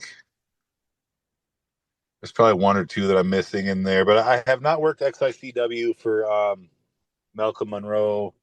I'm hoping to get on to an IWR show, Mhm. and then also next time JCW comes through there, I've got an invite to go work a battle royal and get my introduction there. So hopefully I can make that happen. Very cool. Very cool. We just saw the double pin attempt didn't work. Yeah, Um, yeah. Thin Bodie, man, he's cool. He's a professional. Doing this a long time. Great guy to talk to. Full of advice. It's very generous with it too. really? It's cool. Guys are go out of their way to help you and give you advice and watch your matches and things like that. Oh, wow, that's awesome. I mean, it's crazy. I mean, it's not like a surprise to you, but we hear all the time. All we hear is stuff about the veterans being stingy with the young guys. So we don't get to hear stories like that very often. So it's good to hear. Yeah, and maybe it's maybe it's because I'm like an old young guy or something. They just want to help me out. But I've had nothing but good experiences with a lot of the guys. Really, I've only Yeah. really had one semi not good experience. I won't even call it a bad experience because it wasn't horrible, but it was kind of like a guy. He wasn't happy. He was putting me over, um, because he's a big, huge monster also, and he was just very uninterested the rest of the night once he kind of found that out, which made for an interesting match when he didn't want to like talk about anything or go over anything. He just said, "We'll figure it out there." I'm like, oh, Ah, okay. jeez. Did it go over okay with the crowd still? Yeah, it did. It did. It made it happen. So Good, good, good, good. Like he didn't sandbag you or anything. He just was disinterested. no, yeah, came in and got the news and was kind of like just not into it. Yeah, that sucks. But he did the job. Yeah, yeah. Is that something that I mean, like, it's not something about you, but, you and the guys at UPW or whoever, the guys you meet, or is that a concern? Like, all right, so the stars come from the major networks and they come down, and a lot of them are concerned about a lot of things and their images and doing jobs. But on the indies, do you get a lot of that where guys are like just regular independent guys refusing to do jobs or not happy about it? No, no, I haven't. I haven't. I've never really experienced it. And the guy that I did reference is a bigger guy. He was, has had some TV time. So I get it, but at the same time, he's not like currently relevant anywhere. So it's kind of like, you just do what you're getting paid to do. I mean, I put over a midget. I'm 6'6", 280 pounds, and I've been hit in the middle of the ring by a midget. So, I mean, it's at the end of the day, it's like you're there to entertain. So, Agreed. and that is, getting the job done isn't who gets their hand raised. It's getting the reaction that you're trying to elicit from the fans. Right. And you're working together to put that show on. So it's, a little bit silly to me when um, people get really hung up on that stuff. Yeah, I think one of the Conrad podcasts, I heard him say it's not about who goes over, it's about who gets over. Exactly. Exactly. And, it's like, like I put Danny over when I went up to Canada. He had spent his whole last tour, losing matches to their champion, and he needed to get some heat. I'm pretty well beloved in Sault Ste. Marie. I've worked like a handful of shows up there now. They remember me. I take a lot of pictures with people, and so we had a match, and I was up most of it. He cheated quite a bit, and in the end, he cheated to get the pin, and like it got the heat. It got me the sympathy, and at the end of the day, it was a good match, and we accomplished what was trying to get accomplished. Now the next time I show up there, I'm going to be loved even more, and he's going to be hated. Exactly. So Right. And like you said, mission accomplished. right, Mission accomplished. right. Exactly. And These guys are there's ways to do things. There's ways to do things to not like quote look bad, you know. So I mean, these guys have been going for a while, but it looks like the bad guy's got some. Is that a pin? Did he get with his feet on the ropes? No. Okay, they're yeah, still feet going. were on the rope. Oh no, I Oh, but think that happens though. he's no, it happened, but I don't know if he got the pin just now. Did he get the pin? 3. There's the pin. All right, so he had the feet on the ropes. He took the feet off the ropes, and then he covered him straight, covered Sin Bodhi straight, and got the pin. Yeah, And yeah, that might have been a oopsies. oh, I see. I'm guessing we're going to lead to the breakup here after this, probably. Yeah, yeah. They get into it a little bit, the Sins, and that's what leads to their match out in Las Vegas, and then the blow off in Marquette. Yeah, see, and I'm going back to this thing because you know, if you listen to the show every week, which I don't know who anybody does yet, but if you do, I'm real big on production. And if commentary sounds is the audio on the commentary is terrible, if the production or the quality of the video is not good, it takes me out of, like, I have a hard time watching. I was telling John, I have a hard time watching the Ring of Honor shows from like 02, 03 because the sound of the audio is like and I Yeah, can't hear anything, and then the Yeah. video is real cloudy and it's all pre HD, and maybe I'm just spoiled, but it takes me out yeah. of it. And this right here has No, I'm with you. everything. Well, that's Oh, awesome. dude, the UPW stuff is amazing. I mean, you and I have talked about it multiple times. Just, you know, that's kind of our thing is this production value. I mean, and you guys at Sampson have got it in spades, man. It's great looking. Well, It's thanks, easy to guys. follow. It's enjoyable. I mean, freaking awesome. Well, we put a lot into it. You know, we've got like a 5-person creative team, if you will, and then we've got an operations team, and um, you know, we spend a lot of time on the phone every week and Zoom calls, you know, like this between the 2 different groups. And I mean, every week we have a meeting with each group, and it's always planning. You know, our last meeting before the Vegas show was the Marquette Mania planning. You know, so that's how far ahead of things we are with the writing.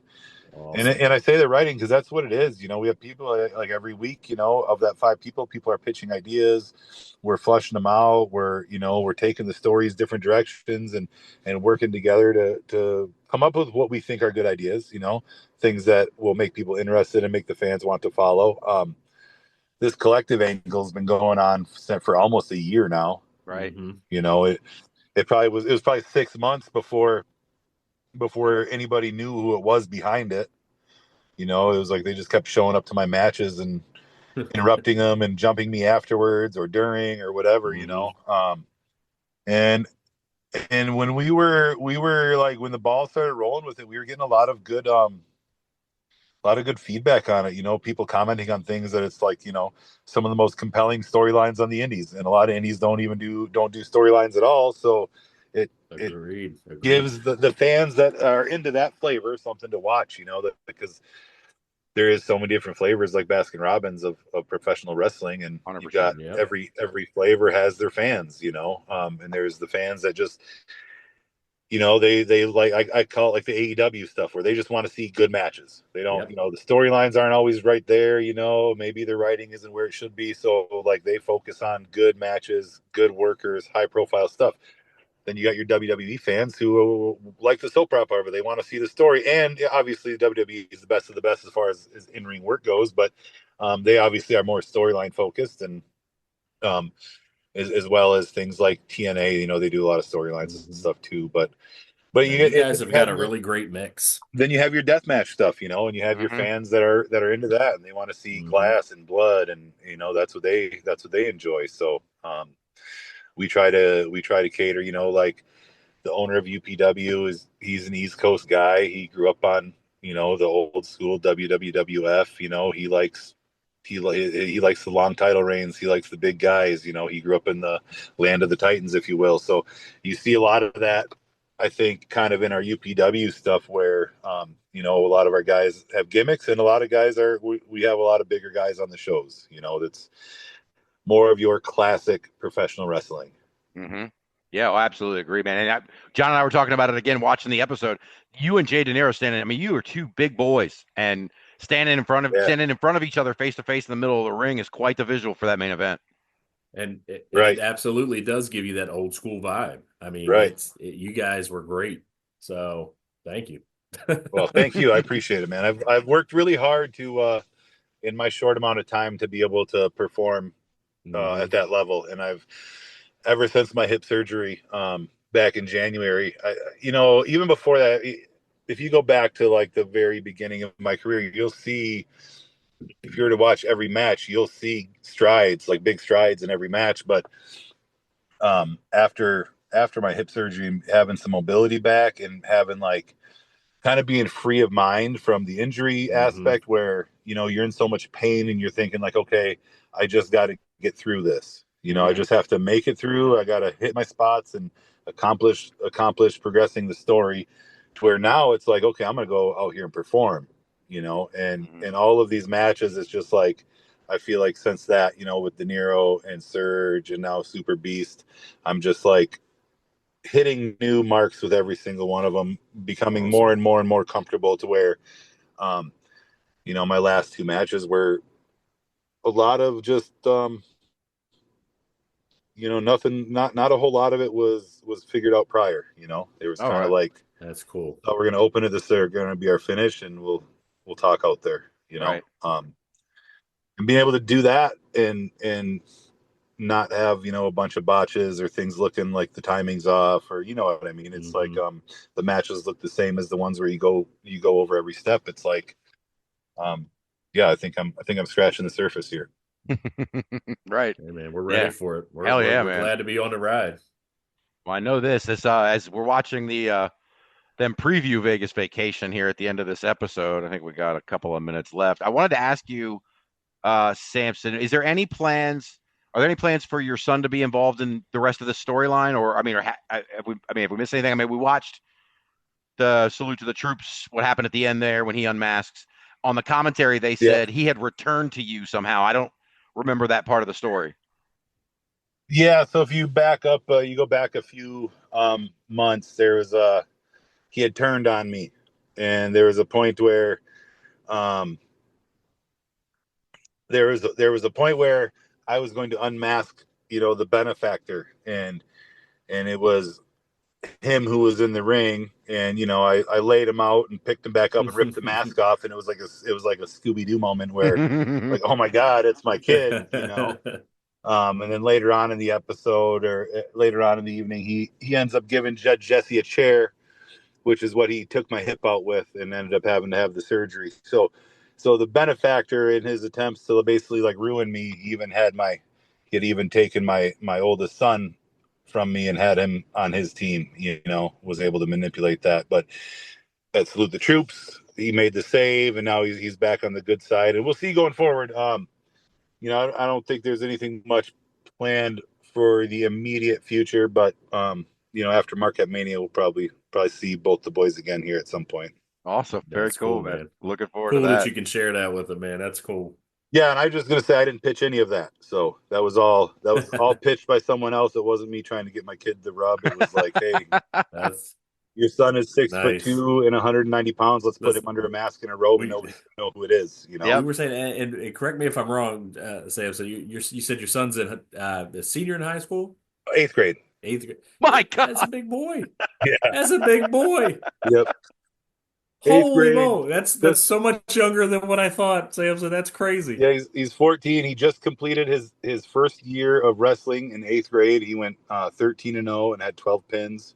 Awesome. Yep, and Nice. I'm the middle school wrestling coach, so Oh, wow. Very I got cool. to I got to spend that time with both my boys this year. It was a lot of fun. Yeah, that's awesome. Awesome, As man. we're sitting here watching this right now, as the episode is winding down, they're previewing. So I want to give you a chance. I look like it said you could get tickets for Marquette Mania at the Northern Michigan University ticket page. Is that what I saw flash Yep, by? yeah, the Northern Michigan University ticket page. I think if you just like Google search like NMU tickets or Northern Michigan University ticket box office, it'll come up. I think there's also a link to it on the UPW shop or the UPW Uprising .com websites. Um, And if you can't figure either of those out, just hit up the Facebook or hit up the Instagram. Someone will point you in the right direction for tickets. Awesome, man. Yeah, like I said, we wish we Cool. could get out there, but we're gonna have to get out there, if not for hopefully before next Marquette Mania, but if not, certainly for next Marquette Mania, because it sounds like just a Absolutely. huge deal. Yeah, June 21st, we're breaking in a new city.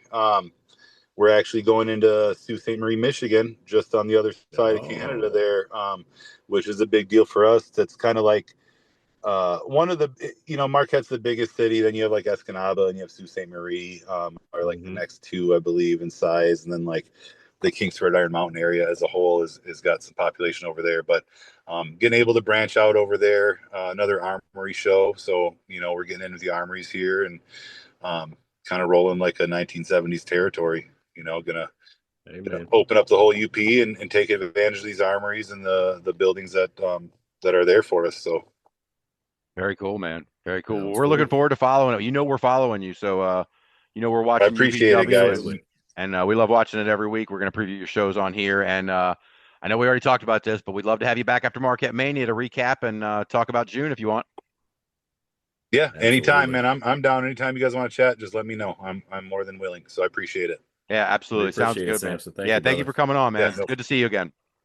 Yeah, good to see you guys. You guys have a great night, and again, thank you. You too. Thanks, You too, Sampson. brother. Thank you. You're good. Oh man, he's great. Sampson's awesome. That guy is amazing. He is, man. You know what I'm finding about like as we do this, like I interview somebody the first time and I kind of want to get people used to them and ask a bunch of questions and tell their story about their history and things like that. But when they come back on and all that's out of the way, it's so much more chill and like we can just sit and rap sort of with Sampson. Dude, it's like we're sitting there with a buddy. You know what I mean? And that's us marking out now because they're like, hey, look at us. That's But I mean, it's cool, man. It's like, who the hell are we? I mean, you're a couple of schmucks from PG County. I mean, what are we doing? Seriously, man. PG County, man. Oh, those were the days, bro. Let's see. What time is it? But yeah, dude, so awesome. Yeah. I love having him on. 8th grade? Really? 8th grade? I never would have thought that. I thought he was 18. I didn't know he was and that had to be the 8 I had in my head. It was 18, and it had to have been 8th grade. Big difference. They got to sign him to 190 in 8th grade. Yeah, NIL that boy right now. Exactly, man. They're going to sign him to like a -1 contract or a oh my gosh, Nick Wayne contract. Get him signed before he hits the big time, man. I cannot believe how big that boy is. And like you said, he's 6'2", 195 now because he's only 14. In 6 years, he's gonna be 6'4", 280. Yeah, he's gonna be wrestling Pop before too long. Pop Sampson's gonna have to stay. Last I saw, Pop will still put him down with two broken hips. Yeah. Choke slam is a choke slam. Seriously, man, I don't care. Even if it's done with love. Oh man, broken femoral head or not, I don't care. Man. Oh man. So but first before I get to the weekend preview, I just want to show you this. Yeah. I upped my subscription again. I am back. I got it blurred. I got the back on the Pro Wrestling Illustrated train. I got what it was. The Pro Wrestling Illustrated. And I'm like, and you know what drew me back to it was wanting to see their rankings versus mine. And oh no. I'm pretty sure mine are much better now. But they actually have this month top 5 wrestlers to portray Doink the Clown. Oh my god. Top 10 luchador masks. So yeah. I thought if it's true to back in the day when you went out to your mailbox, was the top story will CM Punk return to WWE? That's right. And it's dated, and it's and that's this month's issue, dated January 2026. That's right. It's actually pretty funny. I'm looking forward to looking at this because it's the WWE era from Ruthless Aggression to Raw on Netflix. It looks like it's got a bunch of really cool pictures and stories and look backs and stuff, man. I'm old, right? So I still appreciate a good magazine, and I like that it's glossy and cool pictures now. We still like our media physical, you know what I mean? And that's our age showing. My kids don't get it. Jordan, maybe. I mean, Jordan's old enough, he's a little bit on that old school side of things. That mid-90s baby. But yeah, you and I, dude, I want to hold it. I want to, I want to feel that glossy paper and all Mm-hmm. those goodness, all those pictures. Give them. Me too. I'm like, I don't want to scroll it. I want to dog ear it, baby. exactly. Not only that, but I'm like Frank Costanza on Seinfeld, like with the TV guides. I'm gonna keep every single one, and I want them in order, and I want them all lined up, and I want a whole There you presentation go. for it. You know what I mean? Nothing wrong with that. Oh, not at all. All right. Well, I know I'm holding you up. You got stuff to do tonight. So let me. I do. We are back. Last week was WrestleMania week. We had nothing going on, and so this week we have a bunch of people returning and some shows with some people that you'll know coming up. Starting with Friday Oh. night, Ohio Valley Wrestling (OVW) is having Appalachian Armageddon at the Appalachian Wireless Arena in Pikeville, Kentucky. Starting off with Sophia Rose defending the women's title against J Rod. I saw a lot of pub about J Rod being at WrestleMania. I don't know if you saw any of those posts, but people saw her out I there. saw a little bit of it. I fingers crossed. Yeah, I mean, I when we started this and you started kind of getting me back into this indie stuff. I instantly. I mean that first thing you had me watch, I fell in love with J Rod. Yep. That lady is amazing. She Yep. looks amazing. She wrestles amazing. She talks amazing. I'm ready for bigger and better for her, man. Sky's the limit. I'm behind her all the way. No doubt. Me too. I'm getting the hashtag started now. Hashtag JRod v Rhea. That's right. Give it to me now. Yeah. Ooh. I would be in for that. Hell yeah. Oh my goodness. Anyway, so there's more on this card actually. Cash Daniel's going to take on Tony Evans. Mount Kadeem is going to defend the heavyweight title against Cal Hero, we talked about earlier, in a chained carnage match. And Dustin Jackson's going to defend the media title against Crixus, who I don't really know much about. It's a new one to me. Yep. Let's see. St. Louis Anarchy on Friday is having All the Devils Are Here at St. John's Missionary Baptist Church. It didn't even dawn on me when I typed that earlier. Of course they are. All the Devils Are Here. That's awesome. Oh shit. I totally missed that earlier. Featuring an intergender match, Laney Luck taking on Mike Outlaw. Love Laney Luck. Yeah, we do like Laney Luck. Thomas Shire is going to defend the Gateway Heritage title against Kenny Alfonso. Anakin Murray and Jeremy Wyatt team up to take on Jake Parnell and Victor Analog. Matt Fitchett takes on Jaden Newman. Mad Dog Connolly versus Tommy Davis. And Gary J versus Neil Diamond Cutter. Sampson was talking about hardcore deathmatch wrestlers. Neil Diamond Cutter is one of the best. Saturday out in John's old neck of the woods, Inwood, West Virginia, World Domination Wrestling Alliance is having Spring Spectacle at the South Berkeley Volunteer Fire Department. Big Buddha is going to take on Javari Wolf. LDJ is going to take on Chulo Montana. John, I don't know if you remember LDJ and Stephen Fuerte as the Sigma Males from MCW. I do. I think Zeta Steel was their manager, right? Yep. Mr. Grimm is going to be there. Mr. Grimm, if you haven't seen him, John, yet, he's an impressive. No, he's a new one to me. Oh yeah, he's a badass. He's going to be taking on Aristote. Valerie Verman, who we've been seeing a lot of these days, is going to take on Layla James in what I've got to guess is going to have implications for the women's title. Zakar Shaw is going to take on Sean Cannon, and we got a triple threat for the heavyweight title as Jordan Evans is going to defend against Victor Jones and CEO. That was Saturday. We're now on Saturday. Pro Wrestling Battleground is having This Means War at Blues Saloon in St. Paul, Minnesota. Hua Meng is going to take on Zach Hendricks. Shane Black versus Big O Possum for the breakout title. Miguel Gamino versus Rob Justice. And Ryan Cruz is going to defend the heavyweight title against Lore. Let's see. Wisconsin, Marshfield, Wisconsin, Frontline Pro is having Climb to Glory at the Oak Avenue Community Center. Rory Shield is going to take on Sierra. Sierra's always out in that area of the the country, Sierra's another one we love, man. no doubt. Absolutely. And we just talked Another about Jake. badass. Yes, she is. And her and Joey Avalon are always, they're together, and you Hmm. always see them on cards together, and they're both fantastic. So Even we though got after what he did to our boy Melvin, we think he's a POS, but that's right. Nobody fucks with Nerd Rage Melvin Hayes as long as that's we're right. around. You mess with the nerd, you get the glasses. Dude, hearing him talk about inviting Avalon over to his mom's house to play, like that shit is so. I gotta go back and Sleepovers, watch it. baby. I'm such a Melvin Hayes guy. Like I can't even tell you now. Let's see. So in this Frontline Pro show, we had Sam Eli taking on Jake Parnell. Another one that Dr. Lewis Zirconium or Lawrence Zirconium. Sorry, I'm reading I got to slow down. Dr. Lawrence Zirconium was talking about Tyson Maddox, and he's Yep, going to I be here remember. taking on Josh Price for the heavyweight title. And I took a look into Tyson Maddox. Well, that's Okay. a big boy. Yeah, he's a former WWE talent, right? Mm-hmm.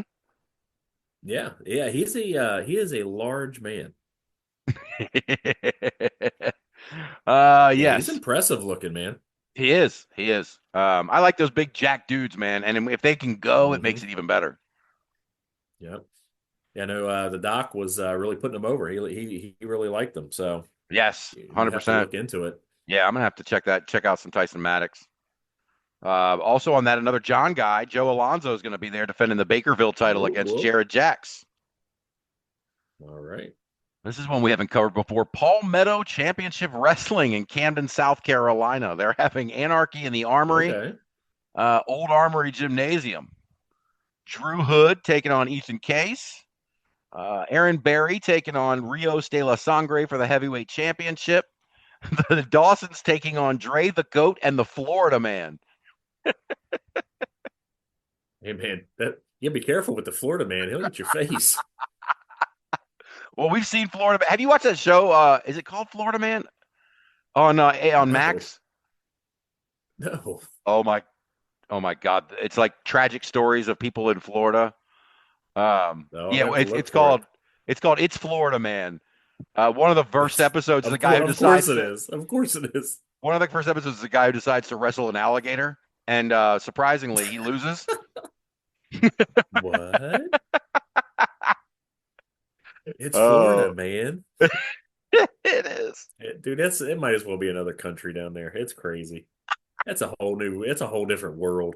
Hey, that's where my wife's from, and she won't disagree with you either. Uh, no disrespect, Kelly. I love you. No, no, she'll disrespect it. She'll tell you all about it, man. No, without any problem. Oh my God. Here's one. Here's the culmination of the Spring Fever Tour for MCW Pro Wrestling coming up this weekend on Saturday at the RJ Meyer Arena in Joppa. We got a There number we go. one contendership match for the Rage TV Championship. Tony Mack versus Jadis Quinn versus Brandon Scott versus Reggie Collins. And before I throw it to you, my opinion is if Jadis Quinn loses, we riot. Where are you on it? Uh, I'm down. Jadis Quinn all day. We're on the Jadis Quinn train, man. Yeah. Absolutely. And it Love seems like they've Jadis. been giving Jadis a push. So Oh, absolutely. And they've made 100% of every opportunity they've had. So I'm down. I, mhm, I'm on the Jadis, man. no doubt, me too. We also got the Mecha Brian Johnson's going to take on Ryan Zuko, who we've talked about before, is on his singles run. Yep. Love the Awesome. Mecha. And love, we talked about before, I love Yep. Hellfire McGuire with Mecha. Like the two of them together really gel. Dude, it was weird. I think you and I both talked about it. It was weird to see Mecca not have to be his own mouthpiece. Mm-hmm. And where I thought I might miss that, dude, it plays perfectly together. Mm-hmm. Yeah, I agree. I didn't think, a lot of times when you see that when a guy betrays one guy and goes with another in the storyline, the second partnership, it's really more about the betrayal. And the second partnership, Hmm. it doesn't really click. It never really lasts that long, whatever. But this partnership is great. Yeah, it's great. It's got legs on it, man. I'm definitely down to see where it goes. Yeah. And speaking of which, Miami Mike is going to take on Hellfire McGuire. He's going to get his shot at Hellfire on this show in Joppa this Saturday. I wish I could be there. Oh, don't we'll tell British after the fact. Right. He's the biggest Miami Mike Mark that I know, man. Oh my gosh. Well, they just won more tag team titles recently too. So they've got like the CZW tag titles and the Focus Pro tag titles. They are going to be very high in the rankings Don't talk this them month. up too much, man. If you start talking them up, those new guys are going to show up, and we what don't want them to show up. I was about to say the same thing, man.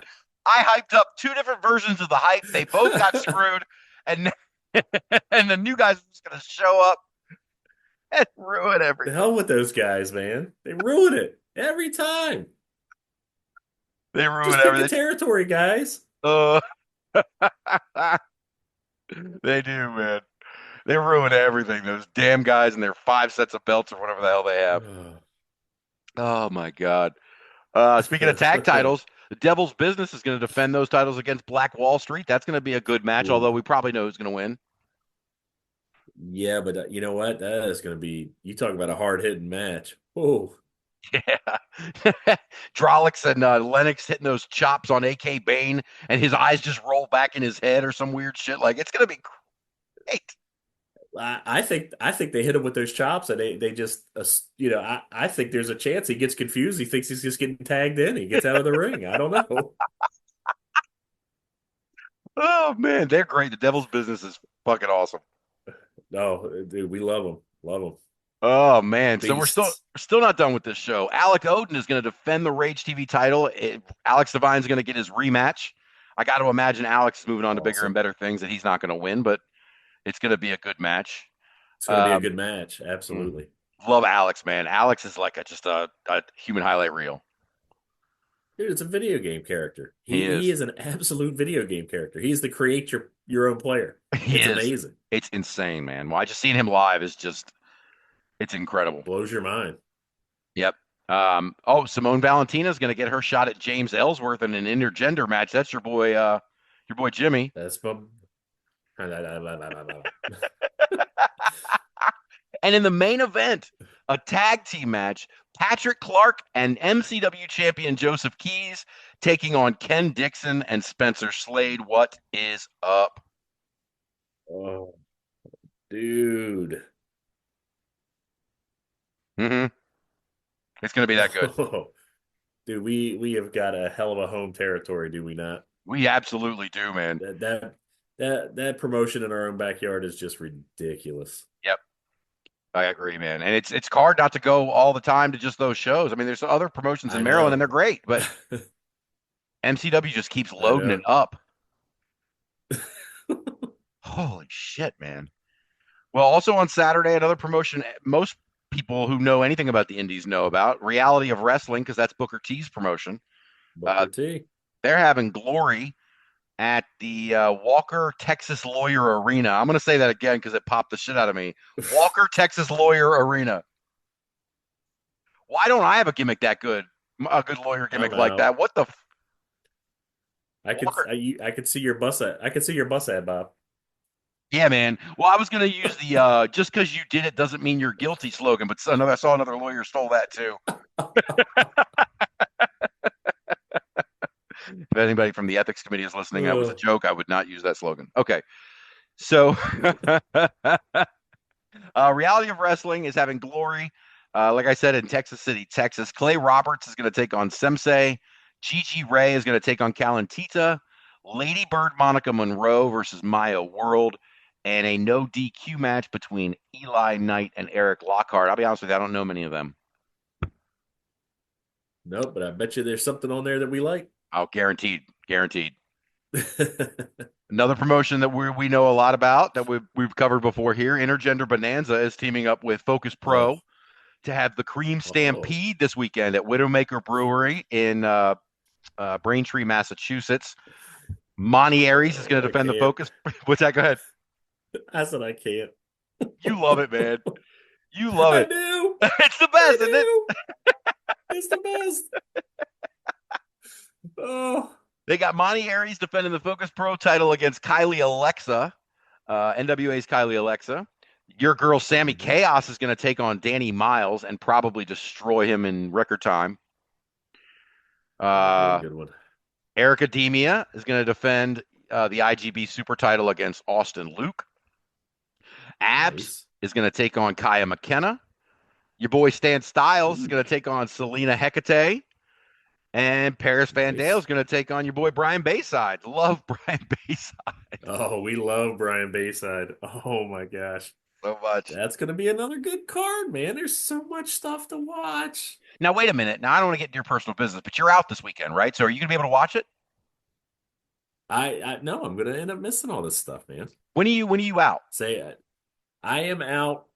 I'm gonna be basically off grid starting probably Friday afternoon, Friday evening. Ugh. I'm gonna be, I've got all my stuff going on with the car show, Uh-huh. but who did I find out is gonna be at Ocean City Inlet this this car show? So next Saturday. Go Orlando? No, I'm kidding. No, it is gonna be one Sergeant Slaughter. What's up? What? That's So I awesome. saw that. I'm gonna have to try to at least get a pick, man. No, No, dude, it's Sergeant Slaughter. no. I was just saying, So make sure you get it to eh, me so I can post it up on the IWX stuff. we will because I mean, dude, for you and I, eh, he's up there, man. Mm-hmm. Sergeant, come on, man. Dude, Sergeant Slaughter is an icon. I mean, he probably was Absolutely, for at one absolutely, point he was going to be the Hulk Hogan until they. dude. I am so hoping I get some spit on me. I really am. Mean, what are you talking about, throw John? me throw me in a little Cobra clutch. You know what I mean? I'm gonna get a little too close. Oh, I love it, man. I absolutely love it. That's going to be Yeah, great. no, I saw that and I popped for it. I didn't realize he was gonna be there. It's kind of a surprise. I don't know if they had, they do pseudo celebrities that'll show up at this thing. I think they got, like somebody from Happy Days will show up. I think this year they got somebody from the Monkees is there singing. So they have a lot of these 60s, 70s, 80s celebrities. And I think there's somebody that popped that dropped out, and so they popped him in last minute. I just got that as we were getting on air, or sitting down to record tonight. So I was like, all right, Nice. this is in my wheelhouse now. Not a bad last minute surprise there for you. Shit. No, I'm excited to nobody else that'll be in that little group that I'll be with will give two craps, but I'm gonna That makes it pop better. like nobody's business. So then you're essentially out of pocket from this Friday until the following Sunday, like 10 days? Till yeah, so it'll be about 10 days I'll be out. Okay. All right. So we'll have to I mean, figure out. I'll still be by text, but Yeah. as far as sitting and watching, and it's I'm gonna be acting like I'm 19 again. So yeah, so since John's going to be out next week, I've got Rich Buckholz coming on. We're going to talk about referees, among other things. We'll save our LFG discussion for when you return. But maybe, like I said, maybe Lauren got her feet wet on the podcast on Sunday night. Maybe she wants to jump back into a conversation about Dude, referees and. I'm I'm feeling the heat, man. The competition is whew. I'm afraid to take a week off. Maybe I don't go out next week. Oh my gosh, she was cracking me up. I had so much fun. I had no idea we were going to have that much fun. She's just an Dude, absolute mess. it was fun watching you guys and listening. So it was great. Yeah, absolutely. But anyway, so John will be out next week, but I'll have Rich on and I'll cover a few things. I did just get a text message, John. I'll talk to you about off the air because it's not confirmed, Awesome. but I might have an interview to set up. I might be able to do Rich and an interview next week. I'm hoping that pans out for us. Oh, cool. Yeah, again, right. As long as I have somebody else here to talk to, nobody wants to listen to me by myself. That's the point. Nobody wants to hear me by myself. So when John's gone, I got to find something to fill the void. Hey, man. Hey, listen. We'll break in case of emergency. We'll throw British on here. So I will. That would be. I've been trying to get British on here forever, man. I am down to have British on here. Yeah, we gotta let him finish up. He's getting ready for his college finals. He's got about 3 more weeks of school left. Him and my daughter, and then he's fair game. Works for me. Works for me. God, man. Well, let me get a few more of these. I know you got to get out of here, and we just had some technical issues, so I don't want Yeah, go those to get ahead, too man. crazy. But we got Arizona Wrestling Federation. I don't cover too much Arizona, but there's at least a couple of familiar names on here, or one. Arizona Wrestling Federation is having Aftershock at the Cages in Phoenix, Arizona. Anthony Alpha is going to take on JC Westerfield for the AWF state title. Savannah Stone is going to battle SOS. Cash Cartier, not to be confused with our guy out here, Cash Carter. Cassius Cash Carter is going to take on Chubby Depp for the heavyweight title. Aiden Colt and Marty Snow versus defend the tag titles against Dagoosh and Lorenzo. And Rich Swann makes an appearance taking on Cosmo Orion. Love Rich Swann. Oh, man. Dude, Rich Swann, absolutely. One of the intergender promotions that we cover all the time, actually, out here, PAL Pro Wrestling is having Brilliant Adventure at World Pies in Eugene, Oregon. My number one intergender ranked wrestler for since the beginning of time, Amira, lost the PAL title last month. And then she was number one because she was a double champion, both PAL and DOA Pro Wrestling. She loses the PAL title, moves her down to number two behind Channing Thomas, or as you might know from Rad Pro Wrestling, Angelo Intellect. But so she loses that belt. I post my rankings that closed on the 31st of March, having Amira at number two, still the DOA champion. I get my little mix video up of my top 15 wrestlers on the 6th or the 7th of the month. And I find out after the fact that past Saturday, the first weekend in April, Amira lost the DOA belt. She got cashed in on. So not been a good month for Amira. But hopefully that means she's getting signed to AEW or something soon. I would hope so, man, because dude, the talent is immense. Seriously. It's ridiculous. So yeah, anybody who ever asks if I ever recommend watching Amira to people, which I do a lot, the way I describe her is she just beats up men. She just gets in the ring and just beats boys up. It's just so awesome. absolutely. I love it.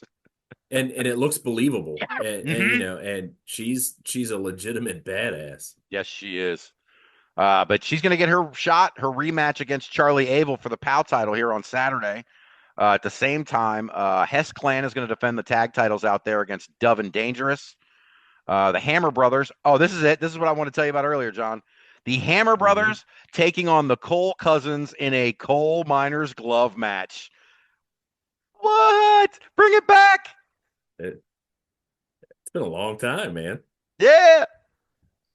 Every time I think of coal miner's glove match, I think of Hacksaw Jim Duggan and Ted DiBiase in the cage in the tuxedos with the coal miner's glove on. Oh man, didn't they have some? Dude, some of what's old needs to become new again. You know what I mean? Just some of the absurdity. It's I love it, man. I really do. We love all this stuff. The best. It's life, man. It's so great. In fact, we were just talking about Vince Russo earlier. And didn't Vince Russo? Did they do a coal miner's glove on a pole match?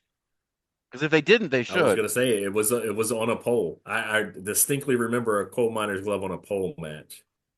I mean, Vince Russo was famous for everything on a pole, but let's see. This is Jim Duggan. Nope, I don't think so. Careful. It doesn't look like it. No, because when I pull up coal miner's glove, it pulls up Jim Duggan and Ted DiBiase. Oh, Jim Duggan and Buzz Sawyer too. I bet that was awesome. Buzz Sawyer back in the day with Buzz Sawyer. Oh, if you love promos and you love guys with intensity and you don't really know a lot about old wrestling, go find an old episode of Georgia Championship Wrestling, or I don't know. There's a cup of coffee in Crockett. There was some time in Mid-South, World Class. He's kind of all over the place, Florida. But if you get a chance to see Buzz Sawyer cut a promo and then wrestle a match, his intensity was unmatched. Really. Yeah, he was He was an intense fella. Yeah, I loved it.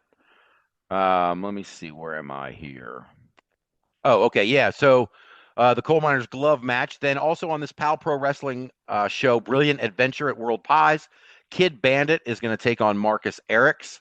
I'm not sure if you know much about Kid Bandit, but they are fantastic. No, Um, no. Kid Bandit was, I think, out with an injury for probably a year.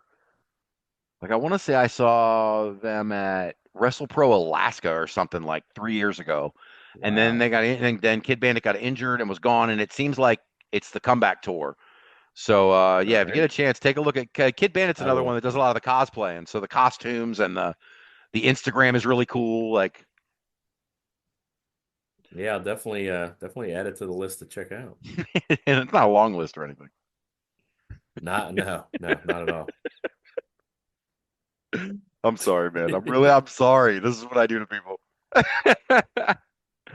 But yeah, I don't know if I finished that, but Kid Bandit's going to take on Marcus Erics at that PAL show, and then also Dr. Cleaver is going to take on Joey Thornton. I got 3 shows to cover on Sunday. Pro Wrestling Turbo is having spring breakout at the Magnetic South Brewery in Greenville, South Carolina. Ella Envy is going to take on Joya Blake. Man Scout Jake Manning is going to take on Jonathan Moody, and BK Westbrook is going to take on D'Angelo for the Turbo World title. Do you know anything about Man Scout Jake Manning? Other than best name in the business, no. Dude, Boy Scout uniform, comes into the ring with the Boy Scout manual and like reads it in the corner before the match. Uh, That's awesome. it's wonderful. He did a shot.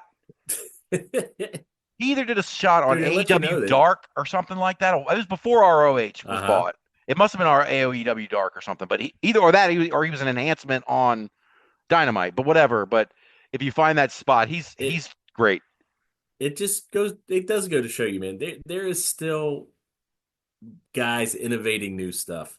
You know what I mean? Yep. There are still things that we haven't seen. Just when you're like, oh, I've seen it all. No, man, we haven't. You know, Nope. there is somebody that's going to come up with something off the wall that you never thought of. I mean, come on, Man Scout. Come on, man. I That's love great. it. It's fantastic. It really is. Wrestling is great. Like I don't know how many times an episode I No, have to say that, but it just is. I know. Somebody will listen to us one day. Oh man. Hey, nobody dropped anyone on the hardest part of the ring today, so I guess the streak is broken. I don't know, man. I mean, I've absolutely heard that is the hardest part of the ring. Streak intact. Also on Sunday, we're going to go back to your boy Jimmy Ellsworth, Adrenaline Championship Wrestling, the flyer that we were handed walking into AEW Yep, Dynamite. Spring in the ring at American Legion Post Hall 40 in Glen Burnie. That's not far from you, right? that's right. No, that's right around the corner, man. We It's got perfect because I go to that show. I don't know if I can go to that show though, Bob, because I got kids. yeah. So Why would I you got mention that, kids. John? I don't know. Makes it hard. Or I mean, it could be a reason why you have to go to the show. Maybe you got to put some dinner on the table. Coincidentally, Heath Slater will be at this show, taking on taking on Sugar Dan Stavko. Man, if you can't tell, we're big Heath guys for real. Like that, I got Oh, kids dude, gimmick, love the one Slater. man Love band, it. the 3-man band. Like, Love it. 3MB, man. oh, I loved all that shit, man. I loved all that shit. I And loved listen, I'm ready for the 3MB reunion, man. seriously. The way all look. I mean, I get it. It was a goofy gimmick for those three guys. They didn't have much to do with them at that point. Throw them together. Dude, look what those three guys have become. I mean, seriously, you put Jinder and Drew and Heath back together right now. Let them go away for a little bit. I know Heath's been away for a little bit. Jinder's kind of out. Drew's doing big things. I mean, he just had a freaking hellacious. You and I were talking about a hellacious hard hitting match at WrestleMania. Mhm. But man, Man, was let it? Drew need some backup and those guys come back in. Dude, you could run them and don't run the jokey gimmick part. Run the we're badasses now. Yes. Oh, I would love Oh, that. That would be fantastic. oh, That would be sick. Because Jinder's pumped to the gills now, and Oh my God, yes. Slater can get And over. However, Slater is Slater's always been good. He is so much better in ring now than he ever was, and he was great to begin with. And Drew is just an absolute freaking monster. oh my God, Dude, is I'm he? telling you, I could so be down for that. I would too, and not to be negative, but well, yeah, but as long as they don't put the world title back on Drew, I'm here for it. Like just please don't put the world Oh, title back on him. I'm down for him to be just ass kicking machines. Just you know what? We're just here to wreck shit. Yes, yes, like a very You know, dark old school. screw this establishment. You know, we're just here to tear this shit down. Yeah, Oh, I like this ooh, idea, John. They got to get you booking up there. That's give me the awesome. pencil, baby. That's it. That's it. Oh my Just make God. sure I got a good eraser. So at this Glenn Burnie show, Adrenaline Championship Wrestling, we got a heavyweight title triple threat. Bam Williams going to defend against Doyle Day and Chris Wilde. As I said before, Heath Slater taking on Sugar Dan Stofko. Sean Andrews, who I don't know too much about, taking on James Ellsworth. A fatal four-way for the U.S. title, Sick End versus Jason Drake versus Rico Hendricks versus Chris Slade, who I know we both are big on Chris Slade. Love Chris Slade. Blackout, well, not Blackout. It's Ruckus and Travis Norbert, I think, because there was an injury to Robbie Illuminati, maybe. But Ruckus and Travis Norbert are going to defend the tag titles against Sabbath. And Brittany Blake taking on Riley Crow in a non-title women's title match or women's match. There's got to be an angle they're setting up for that for later. Absolutely. That's a good one. Yeah, oh yeah. That one right there is worth price of admission. Yes, sir. Yes, sir. We just saw those two in the fire tournament a few weeks ago, and yes, they both killed. And they did not disappoint. No, Riley Crow is so much better than I even knew before I saw her. Oh, absolutely. I think we both came away from that card saying the same thing. Yeah, yeah. All right, so last show Sunday, Reactivate Pro Wrestling is having New Way Out at Joker's Comedy Club in Richland, Washington. Kid Bandit is going to take on Marcus Erics again, but this time in a triple threat with Thick Rick for the Reactivate title. Caleb Tenenti and Brandon Royce are going to take on Dove and Dangerous for the tag titles. The Sicarios are going to take on IPA, and Pitfall Jones taking on Primo Castillo. That is your weekend preview. Lots of great post-WrestleMania weekend action. So get out there and get tickets. They were holding out.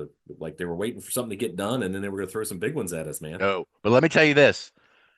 It gave me a full week off of having to do anything with my rankings. I can tell you that. Because with those rankings every week, I got to update, 25% of the, there's like 4 weeks in a month.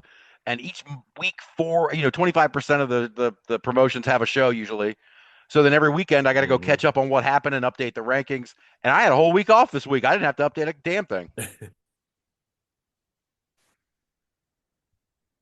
course it is. Of course it is. Well, I lost Zoom, and now Zoom is back and still recording. So I guess that's a good point, John. I covered all the shows. Absolutely. Yeah, I was going to throw it to you anyway. Anything else you want to talk about or cover before we go?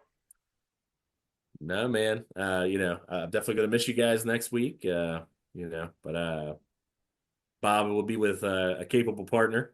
Hopefully, she's not coming for my neck. Maybe he can get the real host on.